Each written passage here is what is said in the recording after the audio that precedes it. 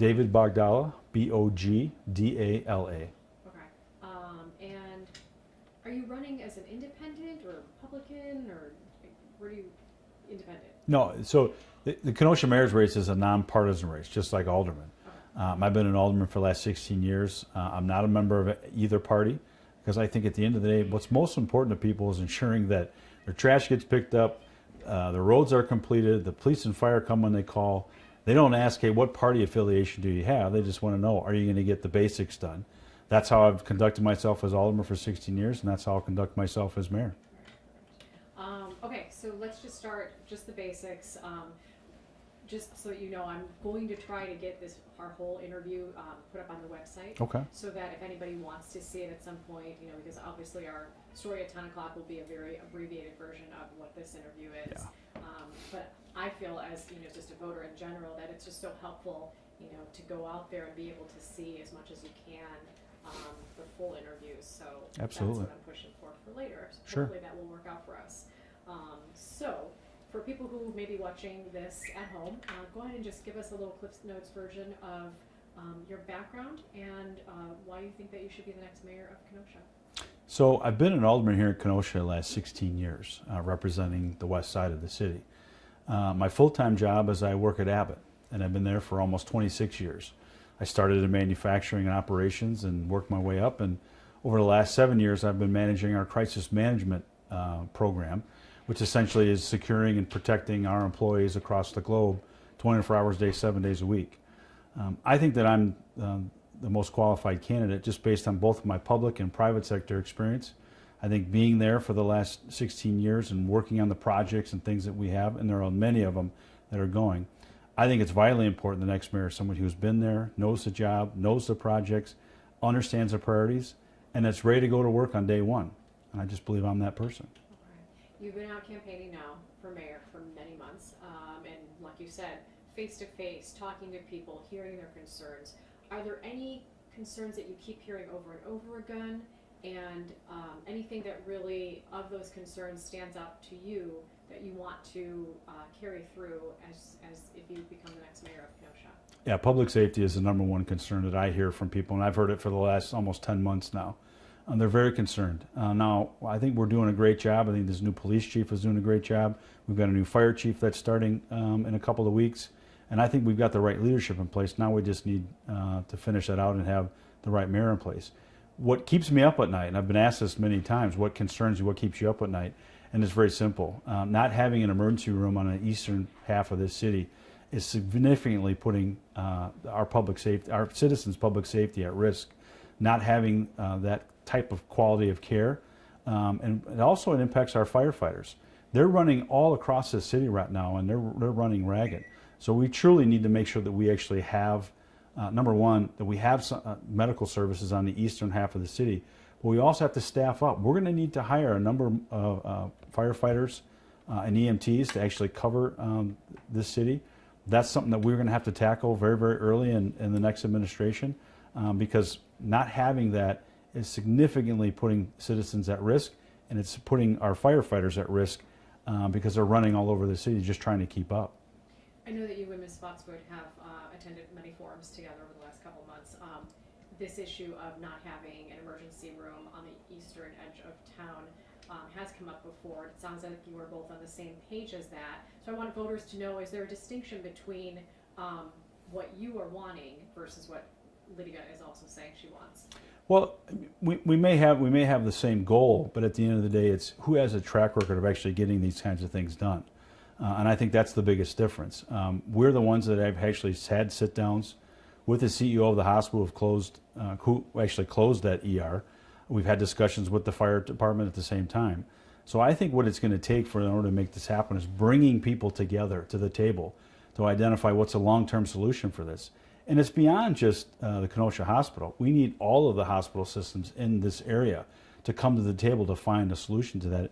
And it's going to take the right leader who has demonstrated that, who has done that over the years, who's negotiated intergovernmental agreements, who worked together on large-scale developments with Mayor Antaramian. Again, that's why he's endorsed our campaign for mayor, because he knows that there's some big challenges we have, and it's going to take a leader who actually has been there, knows the job, and is ready to take over for him in some of these on these critical items.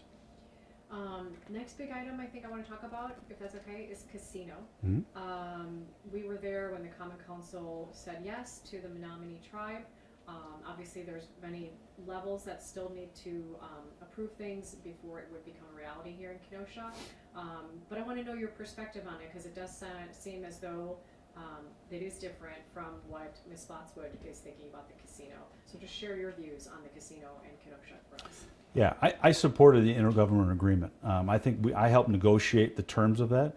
I think the terms are very solid. I think they mitigate the majority of the risk that's both coming on the city, but also making sure that this is something from a development side that we want. We just talked about having additional dollars for some of the things we want to do, like expanding our EMS service across Kenosha.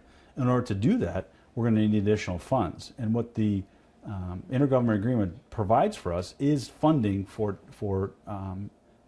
EMS services and expansion of police and fire that actually cover. And we don't have to go back to the taxpayer to ask for more revenue or more funding to be able to get that done. So I think there's definitely some benefits to that. I think, again, the long-term plans that we've put in place protect the neighborhoods, protect the city, and that's why you have this agreement. I know there's been some discussion as to whether or not we could have had it with other parts of. You had to actually be there, and again, that's the difference between myself and my opponent is we were actually there. We helped negotiate that. We worked with all sides. We had an expert in Indian gaming on our team to help negotiate that. So I feel very confident that we've done the right things. We've put the right checks and balances in place, and I think if it gets approved by the Bureau of Indian Affairs and the governor, I think it's going to be a good thing long term for Kenosha, and we'll be able to do some of the things that we talked about, like expanding our EMS service across the city. I heard Ms. Spotswood say that she believes that the numbers that Menominee put out were overinflated. At the end of the day, I'm hearing you say that Kenosha will be receiving money for this. This is something we won't have to go to the voters for because we'll be getting some funding from the casino if that comes to reality that we wouldn't have to if we didn't have the casino here. At the end of the day, does it matter if the numbers that they gave us were overinflated because we will be getting some kind of funding? Yeah, there's minimums that are in the agreement, and then of course there's the 3% net win that's actually a part of that, and then there's also dollars in place that they have to provide specifically for police and fire, specifically for equipment, specifically for public works facilities out on the west side. So there are a lot of things in place, but I think the important thing to do, this is an intergovernmental agreement. It's a contract.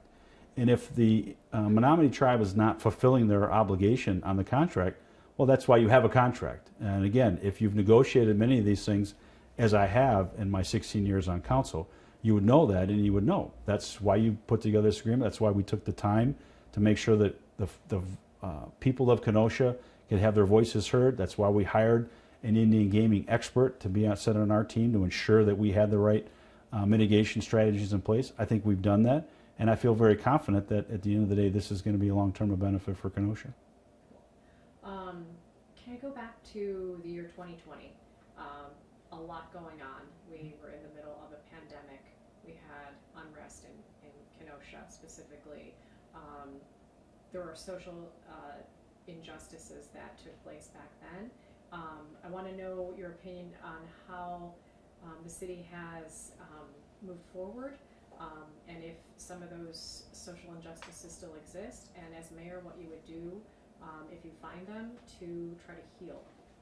Well, number one, I think when you look back on where we were, in a city of our size of 100,000 people, I don't think any city could have sustained themselves, let alone being on the cusp of some major developments across our city. When we look at the downtown plan, and we're getting ready for some large-scale developments there. You look at the Kenosha Innovation Neighborhood, the former Chrysler engine plant. We've got two buildings going on that development. Of course, all the development in the uptown. Kenosha has weathered the storm, and we've actually come out stronger on the other end. And I think that's very important for folks to recognize. We went through a very tough time, and it was very, very difficult for our community. But we've healed, and we've stayed Kenosha strong, and we've moved forward. And I'm looking forward again to the greater possibilities that we have. Now, in terms of how we deal with these things moving forward, I think the most important part is on communication. One of the things that I have done in my time as alderman is ensuring that I'm communicating effectively with my constituents. I'm going to employ that same methodology in the mayor's office. We're going to have regular meetings. I have regular town hall meetings as an alderman. I'm going to do that as mayor. We're going to have a much greater social media presence, which the city doesn't have much of today, because I think we need to get out there and let folks know what it is we're doing, where we're going, and what are their concerns and what do they have. Open dialogue and transparency is how you make sure that if there are issues that pop up, that trust is there. And that's what people want to see. I've demonstrated that trust and transparency throughout my 16 years as alderman, and I believe with that, I will be able to do that as mayor, and we'll have a much more robust dialogue and conversation to make sure people feel that their voices are being heard. I think I wanted to talk then maybe just about, you've, like I said, attended forums and things with your opponent the last many months here, and so obviously learned